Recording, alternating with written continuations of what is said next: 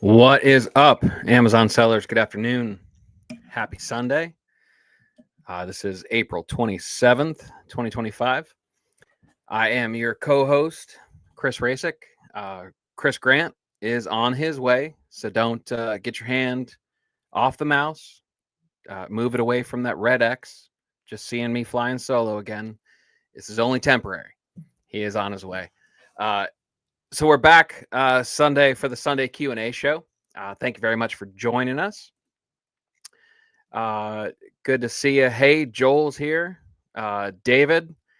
Now, David, I'm showing your comment as the second one, which that kind of sucks. Posting a comment that says first when you're in second place, but A for effort, man. How you doing, David? Luke, my man. Thanks for popping in. Thanks for joining us. Hey, Rob, how are you? Yeah, exactly, Luke. Yeah, I'm out. Like it's the Chris that I don't like. Like I'm not listening to this crap. No, he will he will be here. He's just running a little bit late. So I'm gonna hold down the fort. I will get some boring stuff out of the way, and then he'll hop in here as soon as he can. Hope you're having a good weekend, regardless of whether you are ending your work weekend. Shout out to my weekend warriors. You are my people. Or whether you're prepping for the end of a weekend and getting ready to gear up for the weekday, if that's when you do the most damage. I hope it's going well for you. So I will set a reminder. Chris Grant will be here. So all questions are on the table. Feel free to pop those in the chat. If you're new around here, we do a little bit of news, a little bit of info, and then we get to questions at the end. So there's no need to spam the questions 5 and 6 times if you type it up early and we don't get to it right away. Do not fret. So I'm not going to go through the word that Chris had. He did write it down. He did have something ready for me to call me as his co-host. I'm not even going to try. So I do apologize.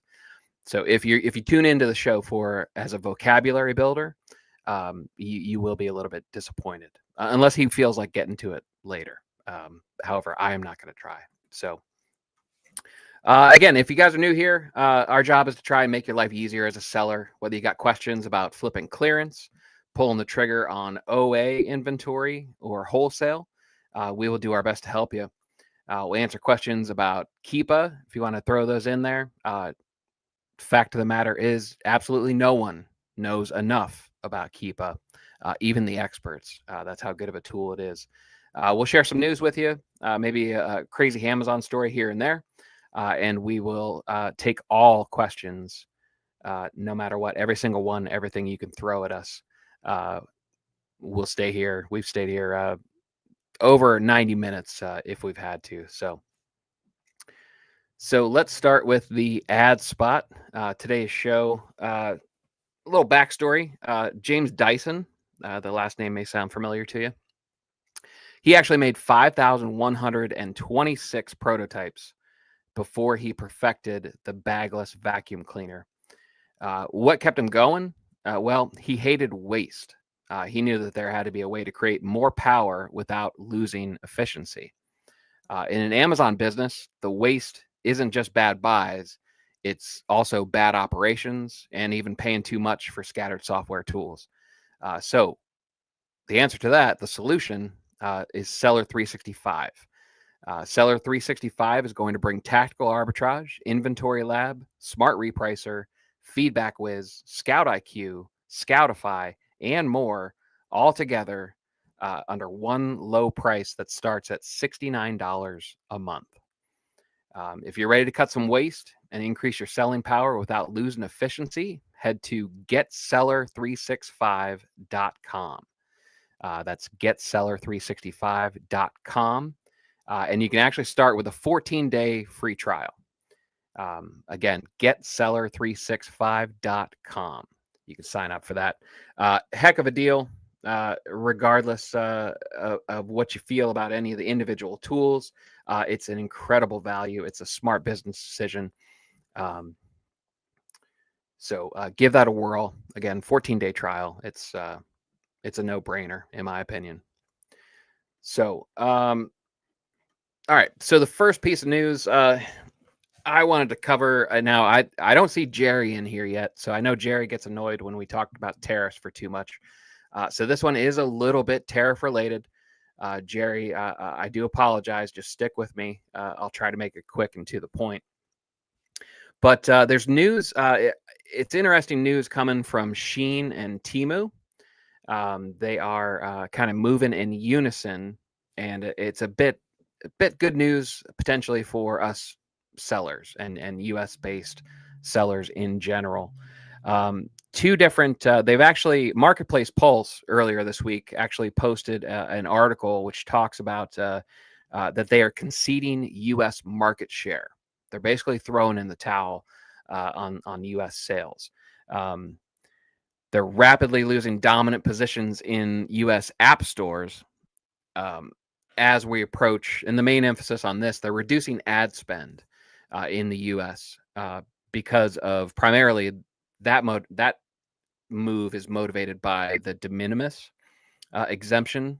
That suspension hits May 2nd. So, and again, if you're not familiar with that, it's a loophole that I believe the number is $800. Products valued under $800 were exempt from tariffs, and that is scheduled to go away. So, Shein and Temu, they obviously primarily focus on price. That is their far and away their number one selling point. So if the de minimis goes away, they lose a significant advantage. And knowing that scenario and how that could play out, they're essentially throwing in the towel right now because they've drastically reduced ad spend. And then so that was the Marketplace Pulse. Retail Dive, the day after, posted an article in reference to Shein and Temu. And that was actually indicated that Shein and Temu, not only are they dropping the ad spend, they're also increasing prices, which reference what I just said. That's their main advantage. So there was statements from each. Here's the exact quote. "We're doing everything we can to keep prices low and minimize the impact on you," the statements read. "Our team is working extra hard to improve efficiency and stay true to our mission to offer great product at affordable prices for everyone." Right. But in the face of tariffs, they are planning on increasing their prices. And here's the best part of this article that I thought was extremely interesting. Right. The Omnisend is who had some data on this, right? OMNISEND, Omnisend. They reported that despite consumers reporting a lack of trust in the platforms, they still shop there, which I thought was very, very interesting.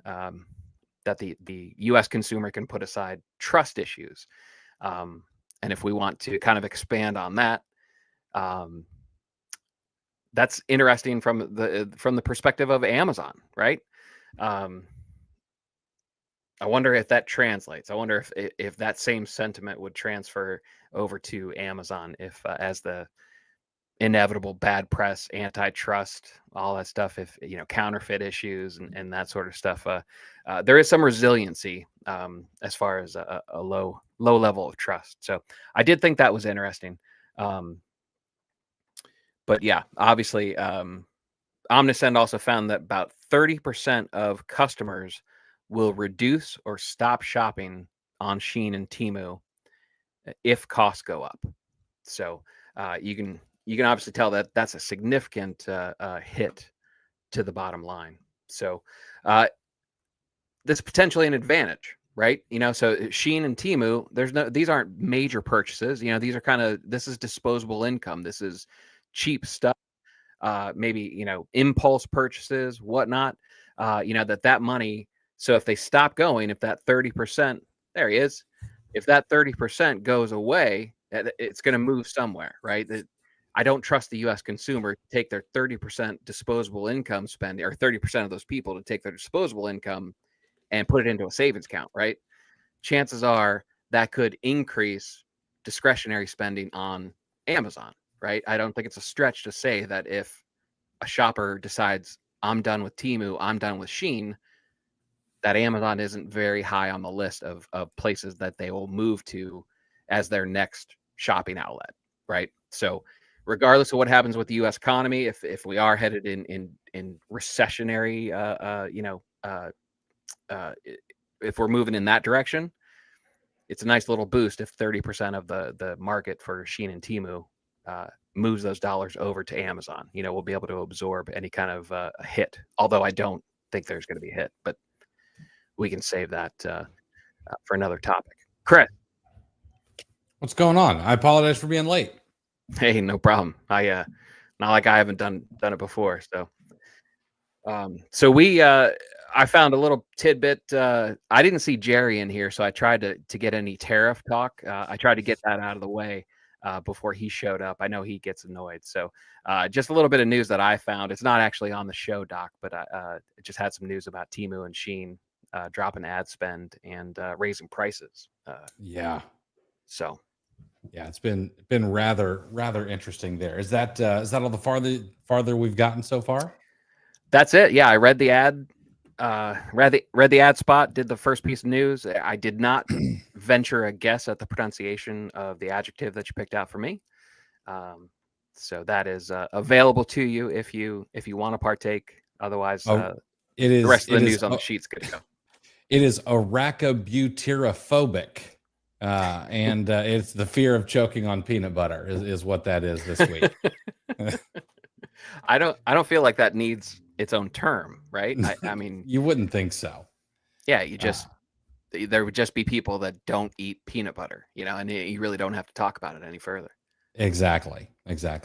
Well, I do apologize for being late. It's not something I enjoy doing, but I've been thinking about something recently, and I was like, well, I kind of need to practice what I preach. My opinion is that arbitrage is one of this. It's kind of this bedrock, foundational skill of owning a business, in my opinion. And we kind of do it in its purest form. We pick a product from a marketplace where maybe the audience is not big enough, and we take it to a place where the audience is larger, so they're willing to pay more. They're willing to pay for the convenience. But you could do the same thing with skills. For example, you could go and you could hire somebody on Fiverr.com or one of these other sites, and you could then start knocking on business doors here locally in Florida, Ohio, wherever, and you could probably sell their service at a higher price.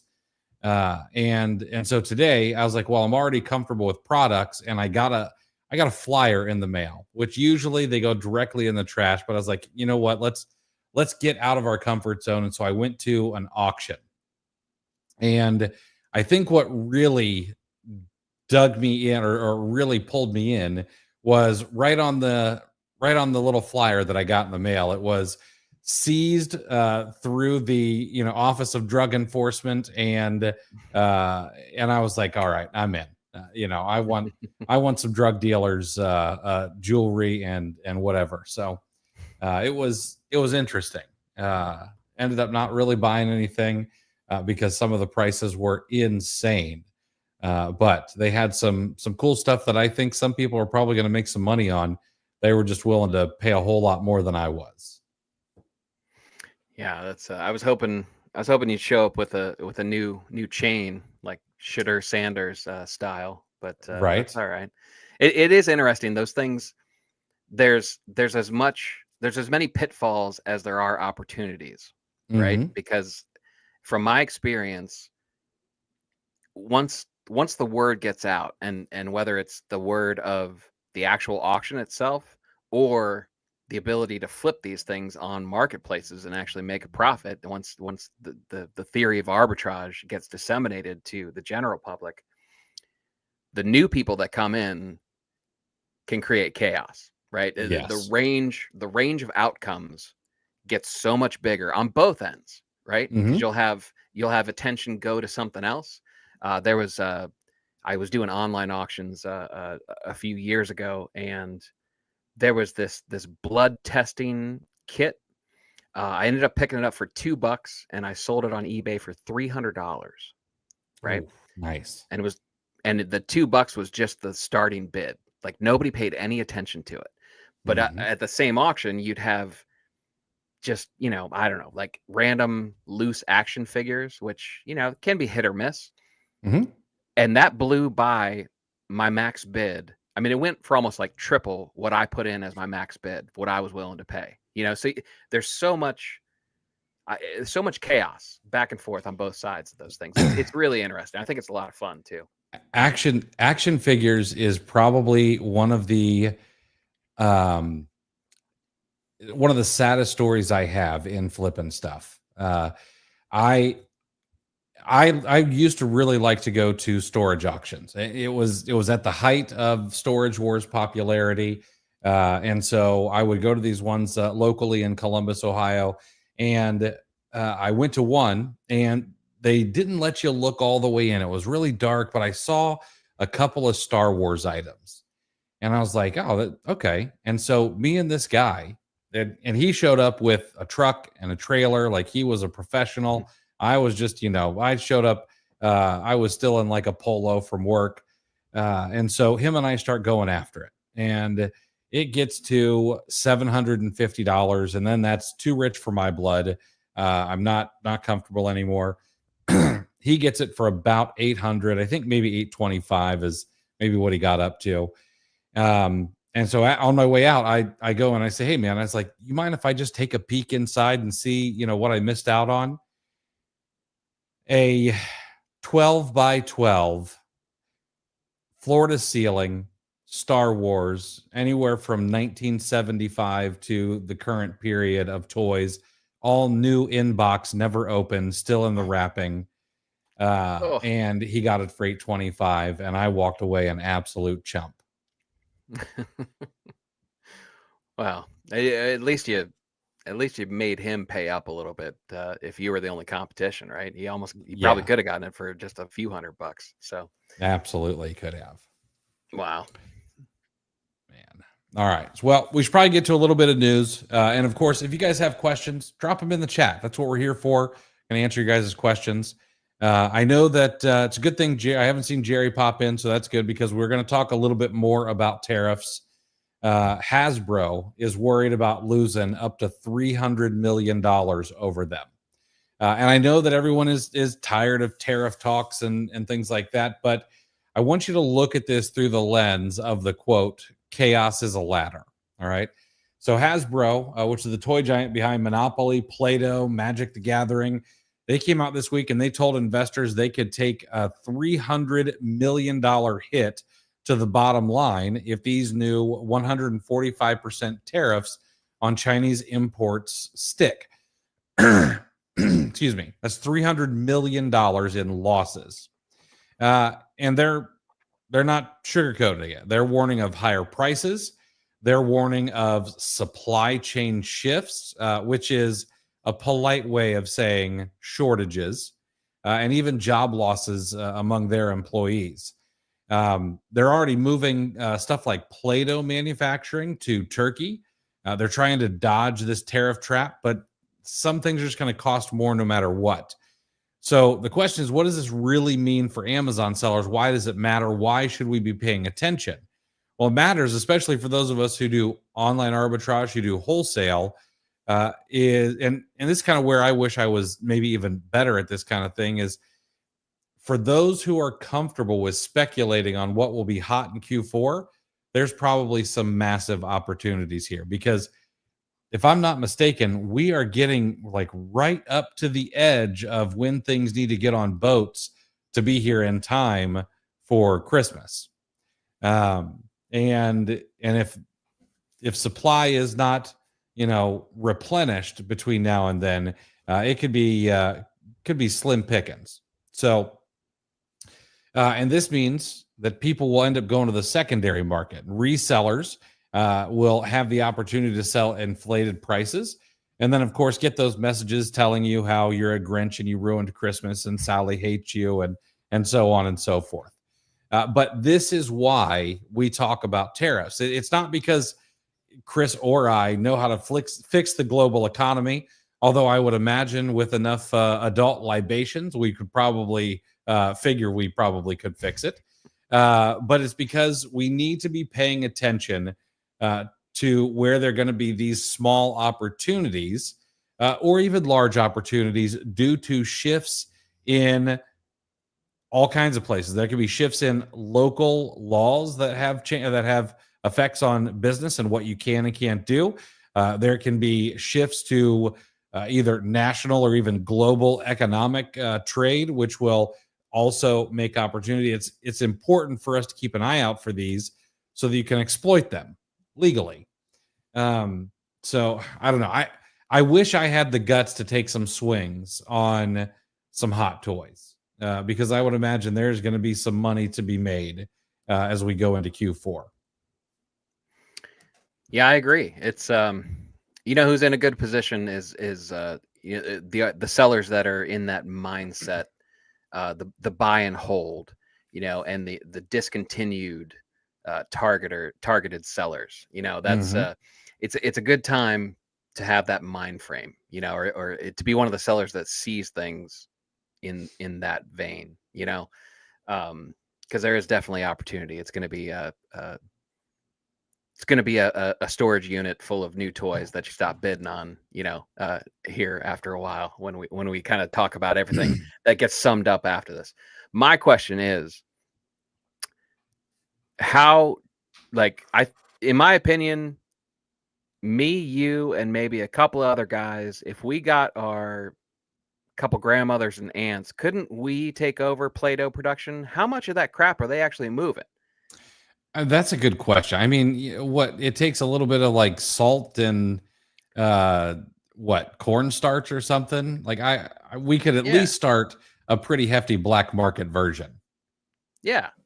Like you just kind of, how they you can get your cheap haircuts from the beauty school, and you could probably have some auto work done by the high school auto shop. Like, couldn't they just get a couple kindergarten classes and completely replicate the production of Play-Doh? I can't believe they had to actually move it to Turkey of all places. Right. Yeah, it doesn't make a whole lot of sense. We could take over a retirement home and put those guys to work. That's right. There was a bit of a retail March miracle. And I always like to go through these numbers. I think there's a lot of information, or at least a lot of good things we can take away from this. But March's retail sales data came out. According to the U.S. Commerce Department, retail sales across key segments, this is not including food, fuel, or autos, rose 3.6% year over year, hitting $251.4 billion in March. E-commerce was up 6.1%. That's a big jump in e-commerce if you guys pay attention to these numbers. Home goods also jumped 6%. That's a huge number. Think couches, think mattresses, that kind of stuff. Big jump in that kind of stuff. Electronics rose 1.5%. General merchandise edged up 0.5%. Apparel sales increased 1.8%. Sporting goods basically was the same, 0.06% increase. That's a rounding error, if you ask me. But there was a loser. Department stores, the Macy's, the Beals, those kind of places, they fell 5.5% to a total of $9.9 billion. And what a lot of people say is that kind of on the surface, this seems like retail is bouncing back after winter, which I don't know why they use this term bouncing back. We've never really had a down month, even though they have said over and over and over again that, no, well, next month it's not going to be as good. But we have not had a negative month yet. Last month was up like 1.5%. It wasn't a huge jump, but it was still an increase. And based on Trueflation, that's a little bit of a higher increase than what inflation was last month. But industry analysts like Bankrate's Ted Rossman and the National Retail Federation, well, they're waving a red flag over all of this. They believe that these sales spikes may be due to consumer panic, of course, because of tariffs. They believe that consumers, especially in big ticket sectors like furniture, electronics, maybe they just pulled their purchases forward, buying now to try to beat any price hikes that may be coming down the road. The Bankrate analyst Ted Rossman said the impacts of tariffs on prices are going to become more clear in the coming months. Earth-shattering stuff, Rossman. But March's numbers were boosted by shoppers advancing purchases to dodge higher costs.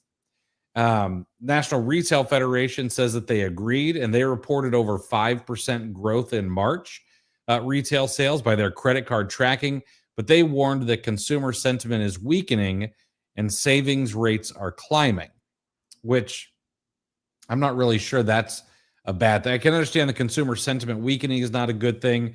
Savings rates climbing and having the ability to service the credit card debt that we have is actually a really good indicator of the strength of the consumer. And so they're sort of giving us some mixed signals there. So to be honest, if tariffs are figured out soon, I think the increased savings rate may actually become a retail boom.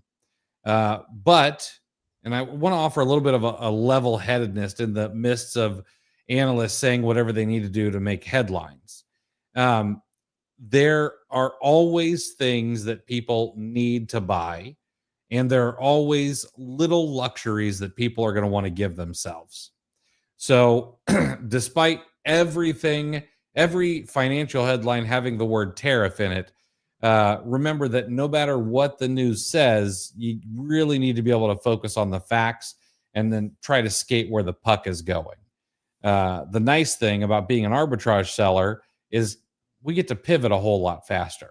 And so, we're not stuck like Walmart is with a bunch of things that maybe people won't buy. And instead we can say, oh, well, this is spiking in demand. I'll go ahead and I'll fulfill that demand and I'll do it and pocket a little bit of the difference when it comes to arbitrage.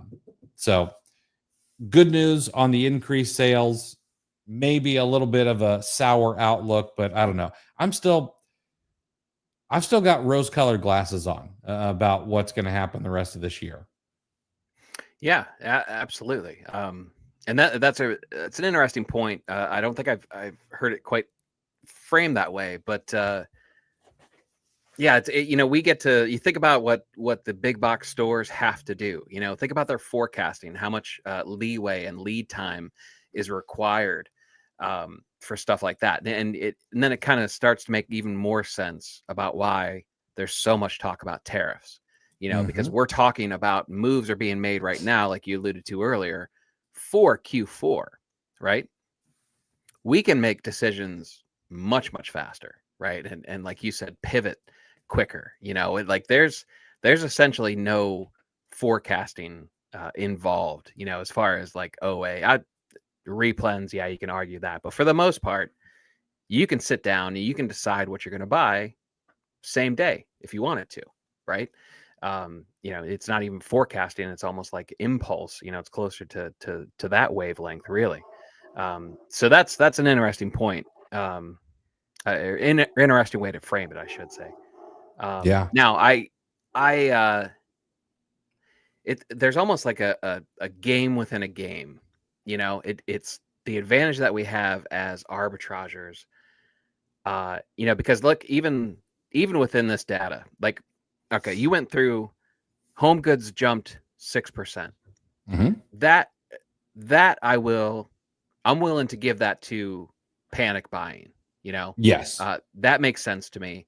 Especially the size of the number, that's a big old crooked number in that category for the time of the year. Think about the families that spent for holiday shopping and whatnot. You don't really recover quick enough to buy a couch in March. Right. Yeah. So, especially when, I mean, not a whole lot of people have gotten their tax refunds yet. And Right. it's not like Veterans Day sales going on quite yet. Right. Yeah. There's yeah, it's kind of like a waste area, there's no logical reason for money to increase, right? And then you have flat, like sporting goods being flat. That makes sense. There's probably a Mhm. lot of footballs and basketballs under Christmas trees and stuff like that. But the game within the game, even when bad news is good news for us, is to look at the numbers. E-commerce was up 6.1%. Department stores dropped 5.5%. So that's how we win even in the bad news, right? Because there's a shift. The brick and mortar dollars are moving online. They're becoming digital dollars. And when you sell on Amazon, you're selling on a marketplace that is accounting for right around 50 cents of every dollar spent online now, isn't it? Right around that mark, So Mhm. you get to sell your wares on an absolute behemoth during a trend that's only going to make it more valuable, more profitable, So that's yet another reason when we talk about it's not necessarily time, in our opinion, to give up on Amazon. It's shifts like that. It's the dominance and numbers like that where even you have paid talking heads sounding the alarm. However, 6% increase to where we play, 5.5% drop in brick and mortar. So Mhm. it's interesting how we're kind of insulated. We're in that information, but even all around all the bad news, we kind of have we're sleeping in a little bubble sleep chamber like Michael Jackson used to sleep in. Right. I want to bring up an argument that a Debbie Downer might make, and then I want to push back against my own argument, if that's all right. So, what you might hear some people say is, "Oh, well, if department stores are down 5.5%, well, what's going to happen when they start closing up shop, and we can't buy from them to do arbitrage anymore?" Okay, sure, that may happen. Like we may see, we are going to see more and more stores close as more things go online. But I looked this up the other day because I was really curious. How many e-commerce sites do you think exist just in the United States, not worldwide, just the United States? God, I don't even know where I would start to formulate a guess. The number that I read, and I double checked this against three different places, is somewhere between 12 and 14 million e-commerce websites inside the United States alone. Wow. And so I posted about this and I was like, even if you could only source from 0.1% of them, you've got, 12,000 sites that you could source from. I Mhm. mean, it's just an insane number. Like the opportunity is pretty big. Yep. Yeah. I don't. It's kind of a weak argument, to say that brick and mortar, if that goes away, there's going to have to be. I mean, brick and mortar. What the interesting point is to try to figure out what the solution is for brick and mortar outside of you know moving digitally, moving it online. Because I don't believe that there's a situation where people, at least a small segment of customers are going to want to go in and see something before they buy it. Yeah. Like maybe it moves into more of like a showroom kind of status. We all Mhm.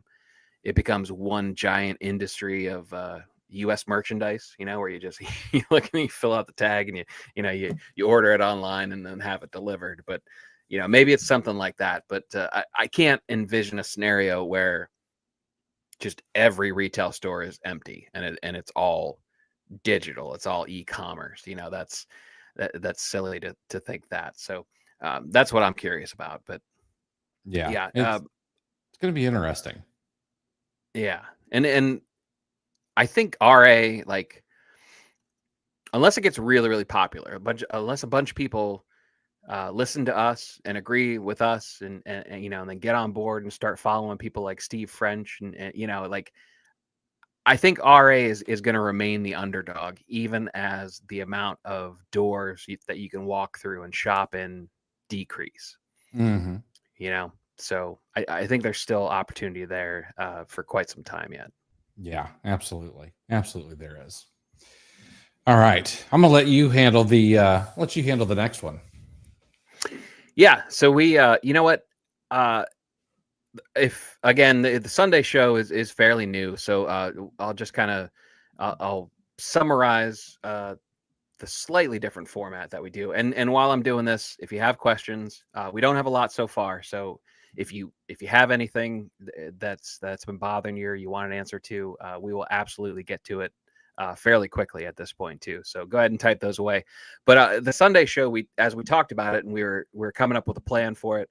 We wanted to add a law, or you know, a razor or a rule. We wanted to have some sort of mindset thing that we covered, because we're into that stuff and it's our show. So you know, so we wanted to add something you know, a little more intellectually meaty, for lack of a better term. So and we're on a roll. We're covering some really good stuff. It's all stuff that really interests both of us. But I wanted to kind of go back to basics, right? So this week, I picked the spotlight effect, and it seems maybe a little overdone. You know, if you follow the Sahil Blooms and those sort of people, it's kind of gone mainstream. It was blew my mind just a couple of years ago, and it seems like everybody's talking about it now. But I wanted to frame it uh, in the from the stance of the Amazon seller, because I think a lot of people suffer from this in one degree or another.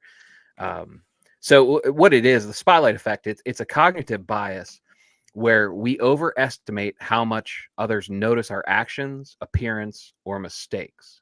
Right. So in other words, we believe there's a metaphorical spotlight on us, making every misstep seem magnified.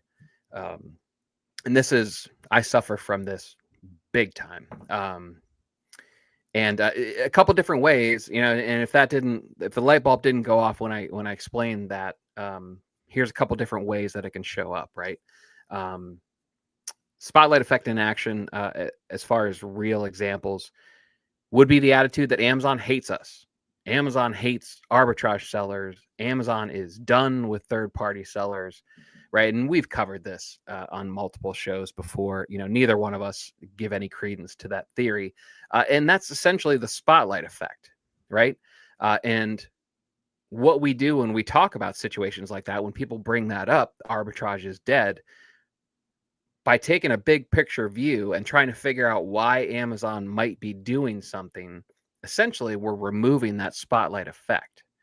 No, they're not picking on us. They are making a broader change, and this, whatever we're experiencing, whatever negative, is essentially collateral damage. You know, we're not the focus, right? You know, so if you take the spotlight effect, you know, that's one of the benefits of the type of thinking that we try to do with looking at the bigger picture and figure out the why. And a lot of the times it'll make sense what's going on. It doesn't mean you're going to like it. You know, I'm not saying that you'll feel better, you know, but you may understand it. But to be honest, if you can remove Amazon hates me, they're picking on me, and kind of back that off, that is a positive. So you probably should feel better. Another way that spotlight effect comes into play for Amazon sellers is the fear of failure.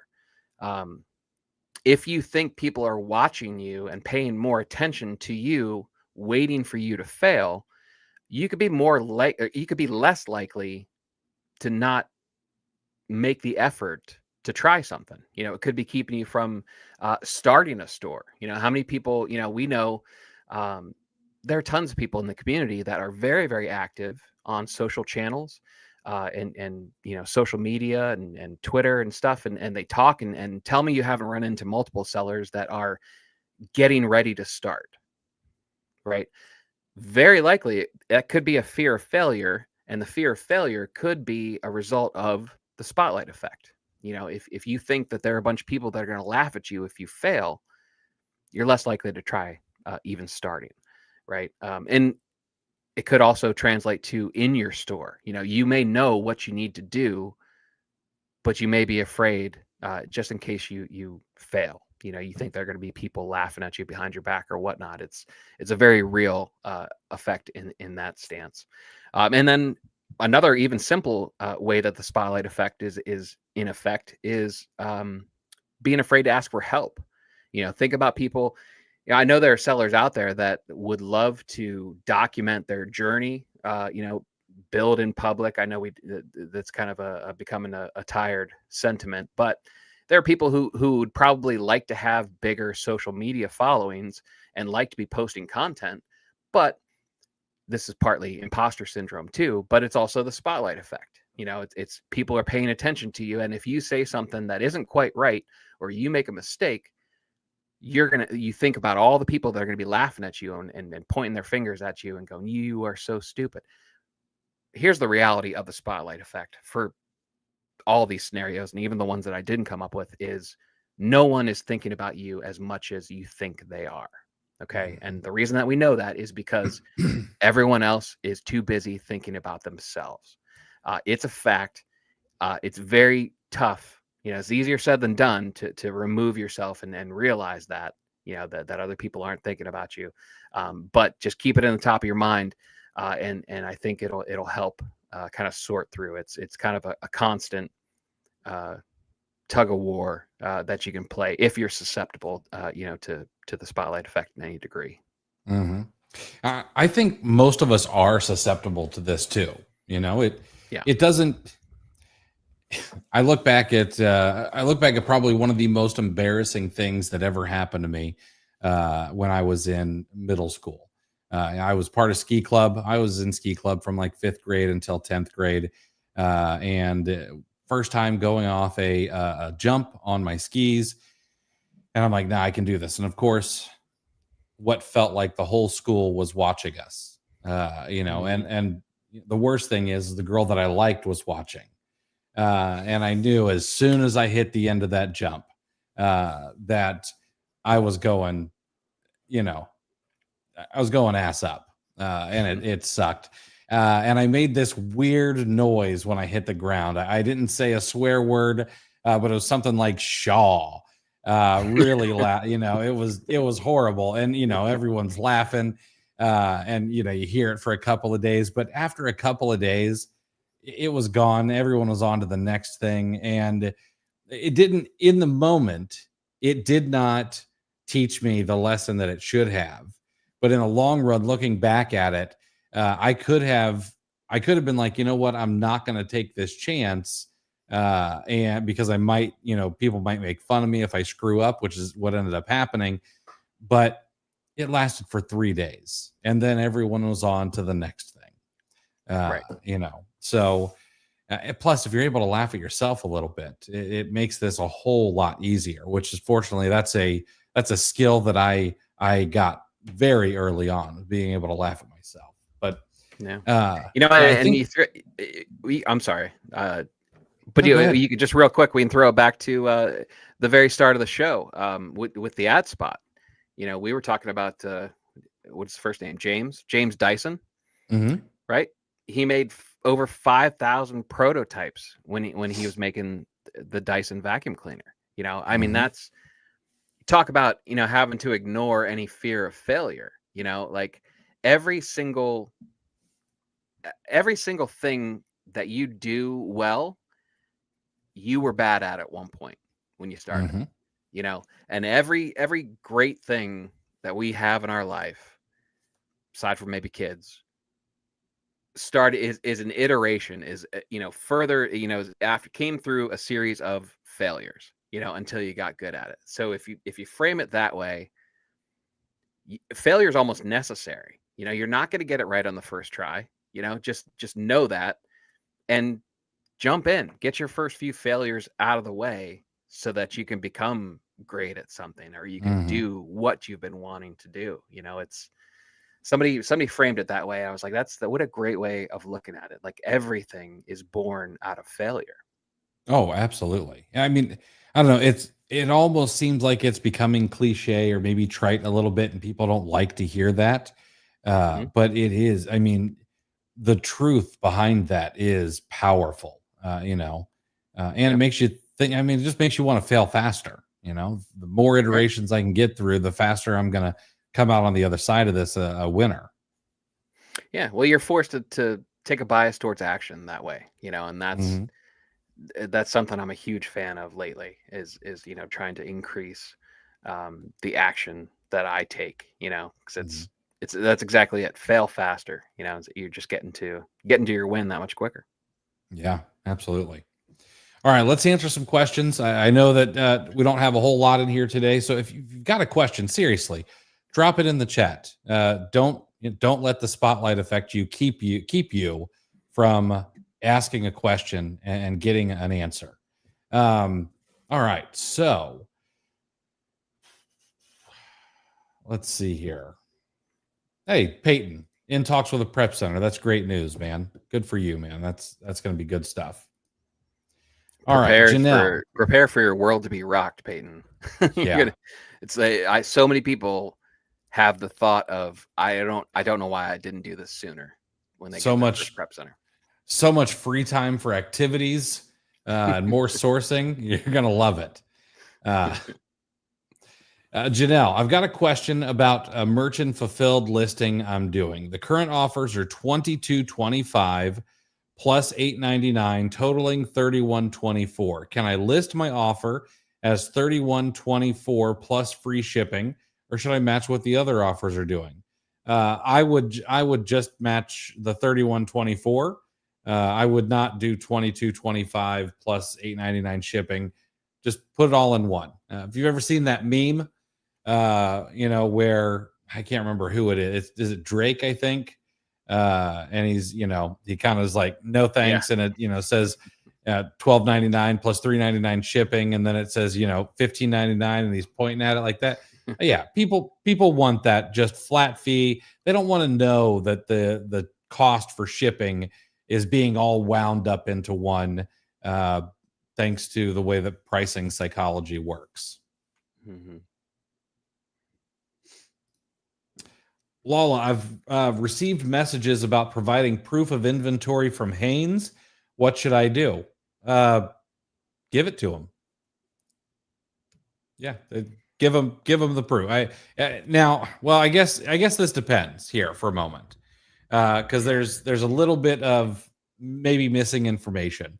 If Amazon is asking you to prove the authenticity of your items, then that's what you need to do. You need to prove it to them.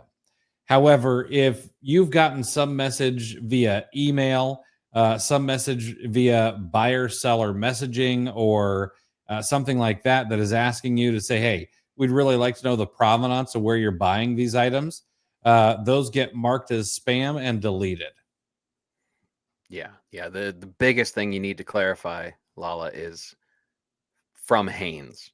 That's Is it really from Hanes? I mean, there's probably, through our experience and all the conversations that we've had with other sellers, there's probably a 99% chance that it is not actually from Hanes. Hmm. So, Like BP Advantage or something like that. right.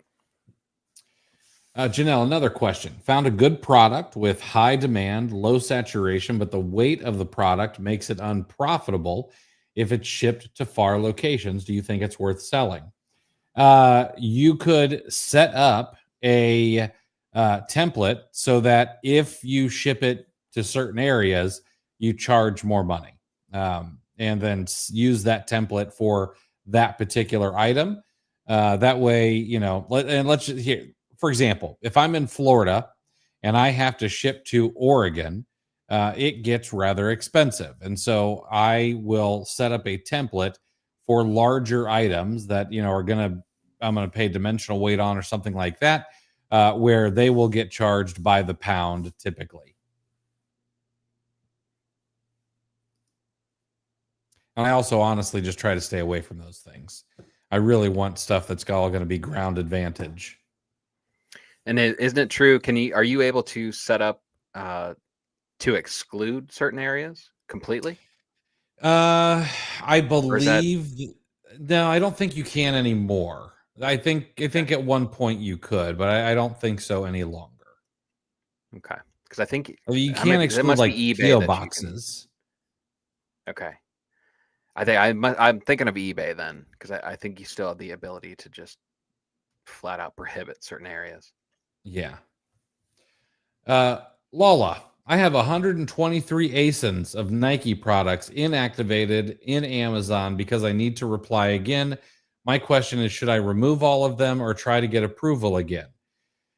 So you can get approval again. We've seen it. We've seen approvals happen multiple times when it comes to Nike. So I'm going to give you some advice to be able to get through this. One, and then I'm going to give you some unsolicited advice after that. Okay. So you can get ungated. People are using soccer.com for the most part to get ungated in Nike. Again, you're going to have to submit it. You're going to want to submit it with your invoice, along with shipping confirmation, delivery confirmation, a picture of the item. Promise that if you are selling counterfeit, you will give your firstborn to Jeff Bezos, all that kind of stuff. And then once they've denied all of those requests, you're going to need to get on the phone. You're going to need to talk to people at Amazon. You're going to say, hey, I need this to be reviewed. I'm giving you everything you absolutely want. And when they say no, you're going to need to be willing to go to the next level. Hey, can I talk to your manager? Yeah, can I get this sent into the internal team for review? And I'm going to be quite honest. I'm hearing this complaint a lot. Well, this sucks, and this, yeah, it does. But sometimes business sucks, and so we suck it up and we do the work that we've got to do to get this taken care of. So if you want to get ungated in Nike again, this is very likely what you're going to have to do. Now, the unsolicited advice.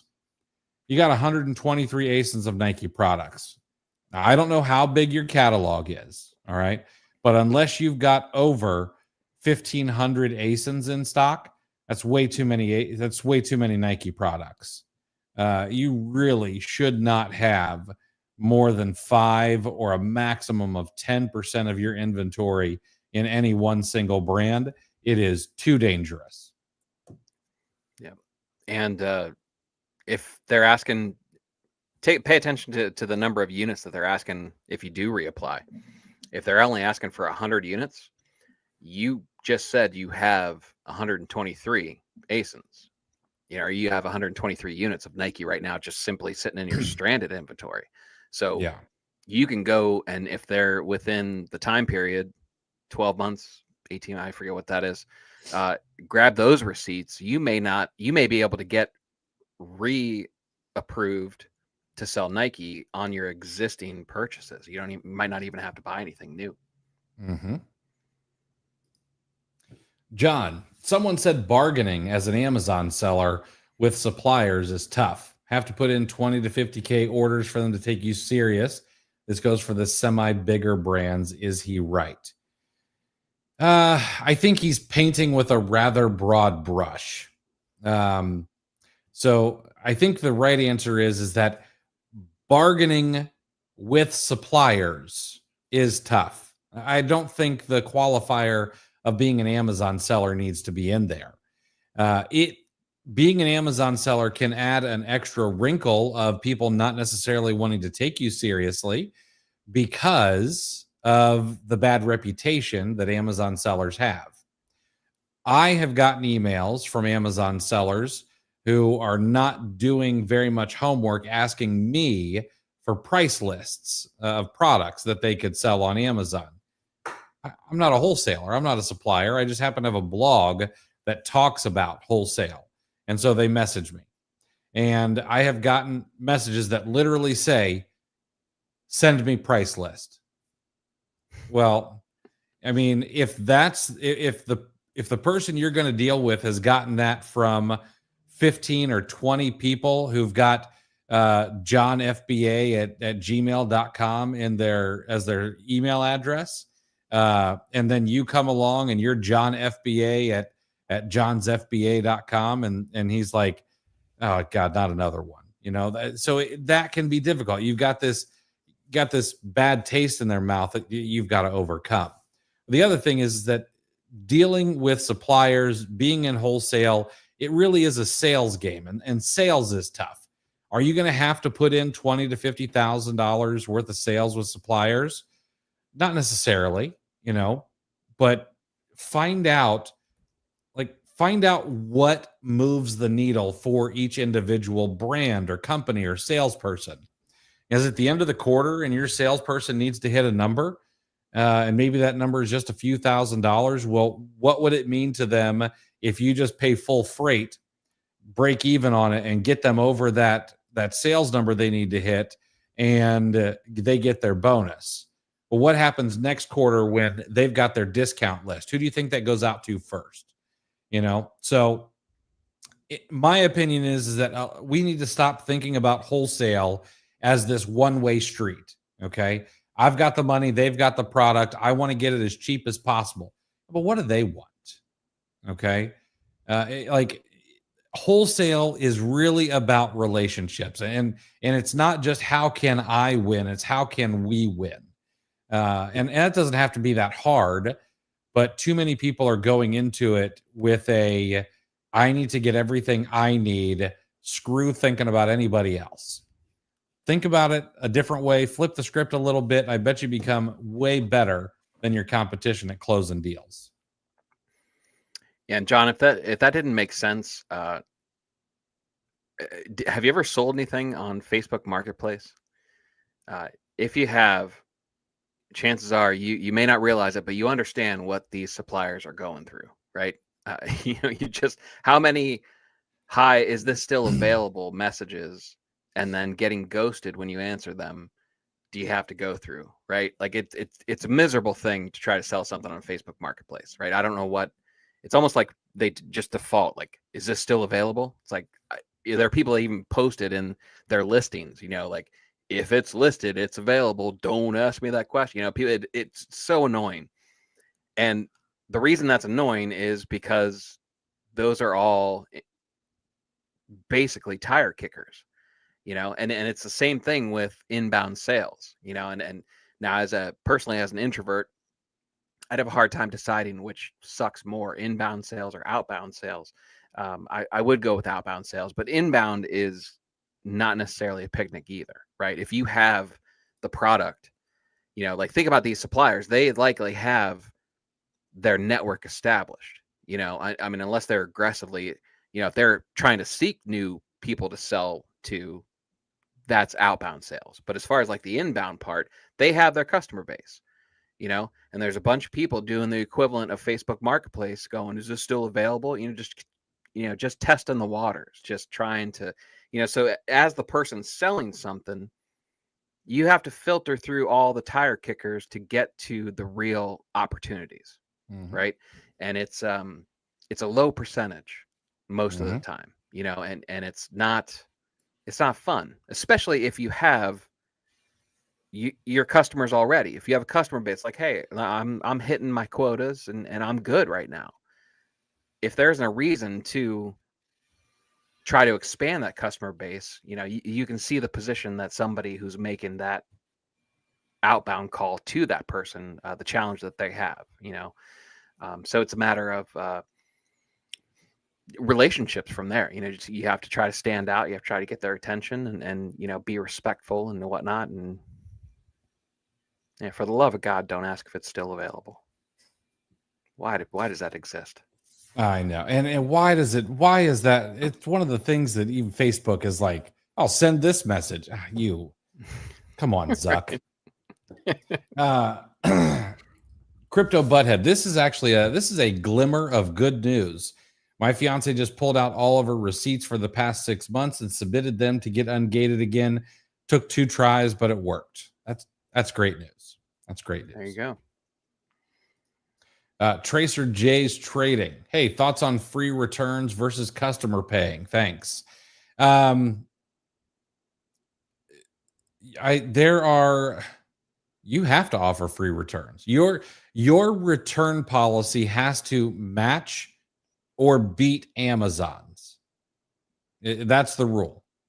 Now, can you charge a restocking fee in some cases? Okay. And you should become very familiar with what those cases are. I don't memorize these things, but I know exactly where to find them. Like I would go and look those up, look what the restock fees are that you can actually charge. But if Amazon offers free returns, you've got to offer free returns. So it's the way it goes. It's just part of being a retailer. Hey, Corey, what's going on? Detroit Tigers are officially a powerhouse in the MLB again. Just wanted to share that important piece of information. I know they're currently first in the American League Central, but I mean, is it still a little early to call them a powerhouse? Like this house of cards could fall over pretty quickly, right? That is a loose interpretation of the term powerhouse. You guys have some serious question marks, and I mean, Corey, I know where you're from, like the area that you're in. You guys have a little bit of success seems to get inflated, and you start thinking that you're much better than you actually are. Depending on the part of the state, you get close to Ann Arbor, and completely blinded to the fact that you're pathetic. So it depends on the area of where you're at, but you play in the Central, right? Like, come on. I mean, any team, you have to lose that division. The winner of the American League Central doesn't win it.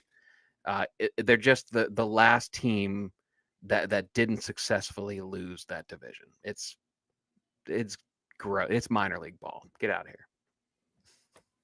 Now, I will say this: Detroit Tigers is the first MLB game I ever went to. So I wanted to set the bar low. That way, the next one I'd be like, oh man, this is amazing. They do. They might have the best logo though. Second place. I mean, I'm a little biased. You could probably guess what I put in first place, but yeah, that old style D, man, on that hat, especially in the orange, like the navy blue hat with the orange D on it. Like, man, that is sharp. I do like that quite a bit. Corey, also, am I like the only Nike seller who is optimistic about Nike moving ahead with so many people getting restricted? Yeah, you're not wrong. There are going to be some good opportunities for the people who are willing to get ahead of this thing. Yeah, and tell me that's not the same sentiment when we talk about still being bullish on Amazon when everybody thinks they want to move to Walmart. When they say I'm out of here, I can't take this anymore, I'm going to move to Walmart. Like that's the same thing. I forget that that's the law I should have picked. I forget what there's a name for that. I've since forgotten, but yeah, absolutely. It's an opportunity when the competition moves away. So yeah, it's a good way. And you know what? So Luke is absolutely right. And listen, I'm not gonna crap on Walmart here, but Walmart's a mess too. Walmart's got CPCs coming down the pike, which is going to make things a little bit more difficult. And they've got to do things that are good for them, that are right for them. But we've got a killer guest coming on the pod tomorrow. It's Jeff Storch. He's been on the show before, $25 million a year seller. This is a question that I'm going to bring up to him. And it's actually something he suggested. But we're going to talk about, what are the opportunities with people getting gated? Where do you think the puck is going? So that we can skate to it a little bit faster. Yeah, absolutely. Chad, I've got a shipment from March 22nd that closed on April 23rd. From that shipment, there are 6 SKUs, 52 units, still showing FC processing. Last event was 328. How long do you typically wait before filing a claim for a possible lost shipment? Whenever they open up the ability to allow you to file a claim is when you should open it. and that varies. Sometimes I'll have some shipments that they close really fast, and they'll be like, hey, do you want to investigate this? And I do it immediately. Some of them they seem to leave open for much longer, and then I just got to wait. But I try to do those really, really quickly.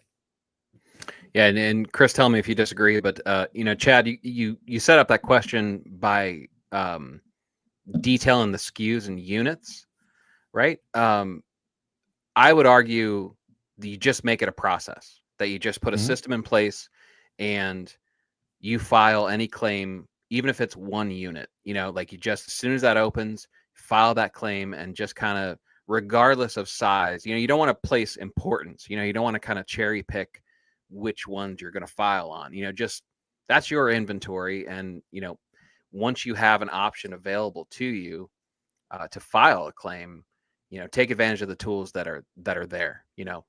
Don't try to cherry pick that. Just make it part of the process. Yeah. Friday at 12 p.m. Eastern, that's when you file claims on anything that's available. That's all it is. Yep. All right. Chris, I'm going to let you go at this because you're a much bigger baseball fan than I am. But and he's going after the Yanks. But I'd like to get us a first round series with the Yankees. Who doesn't like an automatic guarantee to the next round of the playoffs? Chris, gloves are off. As the ref, I'm stepping out of the ring. Have at it. I mean, a guarantee to the next round of the play. I mean, that's the knock. I mean, if you want to go with remedial, thoughtless, stereotypical jabs at the Yankees, you have to go lose in the championship series. It's not the first round. The Yankees win the first round. It's front page news if somebody from the Central actually advances past another round. I mean, you guys are just placeholders, just kind of keeping the schedule, letting the other series kind of work. Like, hey, they'll call up any other team, if they're playing the Central, and they'll be like, hey, if you could just lose a game, because we want to schedule the next round, but we've got this competitive series over here that doesn't involve the AL Central. So if you maybe make the Tigers think they have a chance, that's kind of how they deal with the Central. You guys are just it's kind of like, we just had the Masters. You remember how, like, there's that guy that plays in the last group and he's not a pro, but if there's an odd number, he just kind of plays with the pro to keep the timing so that the pro doesn't go too fast and kind of breathe down the neck of the group in front of them. That's the AL Central. You guys are just there for scheduling purposes, just to keep the flow. So that's how that works. All right, David, is there still whispering of Nike selling first party to Amazon? This whisper never goes away. I'd like to thank I can't remember if it was the CEO or the CFO of Pattern that really started this rumor and wrote this big, long LinkedIn article, which, man, for me, seller forums, okay, horrible place to spend your time. And right behind it is LinkedIn. Like, holy cow, what a bunch of pompous, full of yourself. But so Pattern's one of their C-suite people goes and says, here's why Nike should sell first party. And really, when you read it, it was a pitch for Pattern to get Nike as a customer. Okay. For Pattern to be able to handle their brand on Amazon. Genius. Okay. I will not argue that. And then when he said it, then a bunch of other people started saying, oh, Nike is going to go start selling first party to Amazon. And here's why. And they wanted to get their little slice of this virality, which is exactly what happened. Is there any actual news or reporting that would make this seem like it's actually going to happen? No, there's not. Matter of fact, it actually, in my opinion, will very likely not happen. And here's why. Okay. If we actually look at what Nike did in their C-suite, they are bringing back people who took Nike away from first party selling in the first place.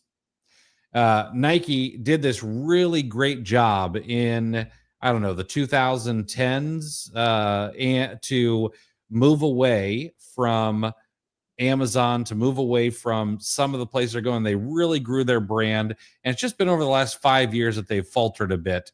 Well, they're bringing back that team from the 2010s who grew the brand, and they're letting some adults take back over for a little while. Those people did all of the growth while moving away from Amazon. I don't think they're going to go back that direction. That's not what they're interested in. They want to own it themselves, and that's what they did. So, Yeah, and keep in mind they have shareholders to answer to, right? mhm. And it's basically a consensus that Nike's D2C campaign was a complete and utter failure, right? Yep. So there's also appearances to be kept up. So Nike has to make moves. You know, it has to be. You'd imagine you can see the benefit of a clean break, right? So if they acknowledge that D2C was a mistake, they've made the changes to try to appease the shareholders. Going first party on Amazon is going to make the shareholders potentially think, wait, did we not learn our lesson here? Yeah. John, do you guys personally do a lot of group buys and share truckloads for cost purposes? Never done a group buy. I'm not really into wholesale. I'm not 100% sure how I feel about group buys unless it was in such a way that I was getting my name on the invoice. Um, Outside of that, like I'm not totally against it. You know, I'm not against this consortium of buyers, but I would need the supplier to say, "Hey, here's an invoice for you and you and you and you." I don't want it going to this shell company, and then the shell company issuing invoices to everybody underneath. Not a not a good thing in my opinion. I know some people who do it and crush it, and that's fine. It's a risk I'm not necessarily willing to take. You know, the group buy that I'm interested in. Have you heard of the people like, and maybe this is my vicinity or distance to the country, but have you heard of those people that split cows? Yes. That Yes. like you work out the pricing on the steaks and beef and stuff. That's a group buy my fat ass can get behind. Yeah. I have been talking about doing that for a couple of years. Um, and I mean, I really need to do that too. If you run the numbers, it's amazing. Oh, absolutely. It makes complete sense. Yeah. Janelle, can you explain what suppressed means? If a listing has majority suppressed and a limited amount of unsuppressed sellers, should I ignore this product? What they don't have suppressed sellers and unsuppressed sellers. They suppress the buy box, not sellers. So what a suppressed buy box is where the item is no longer available to add to cart with that little yellow button. You've got to click through and look for the sellers who are selling it. That's all. That's all that is. It happens most likely because Amazon thinks the price is higher than it should be. And should you stay away from those listings? No, not necessarily.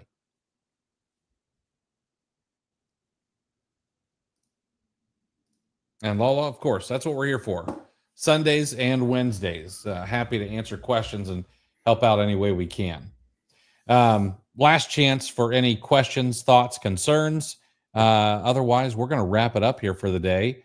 We got to tell you what, we've got a great guest coming on the podcast tomorrow.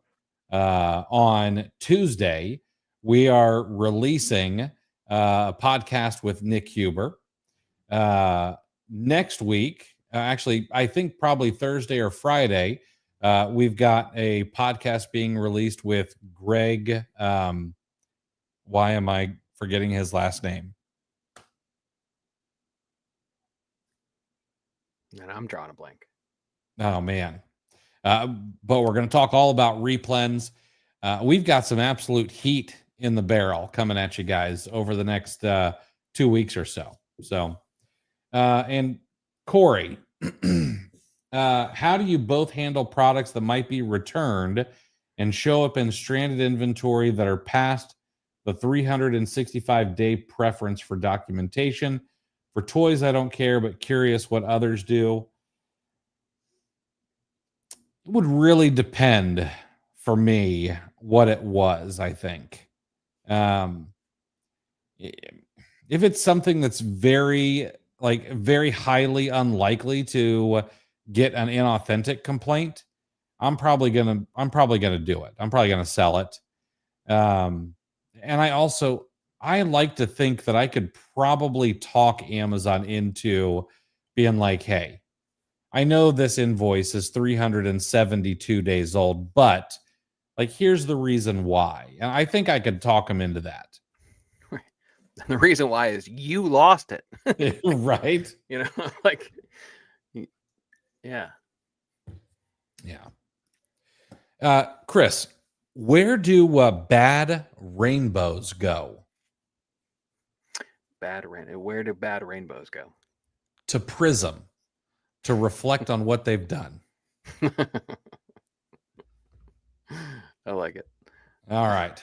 That's the show for today. Make sure to keep an eye. Actually, the podcast that we just released, in my opinion, is currently criminally underwatched.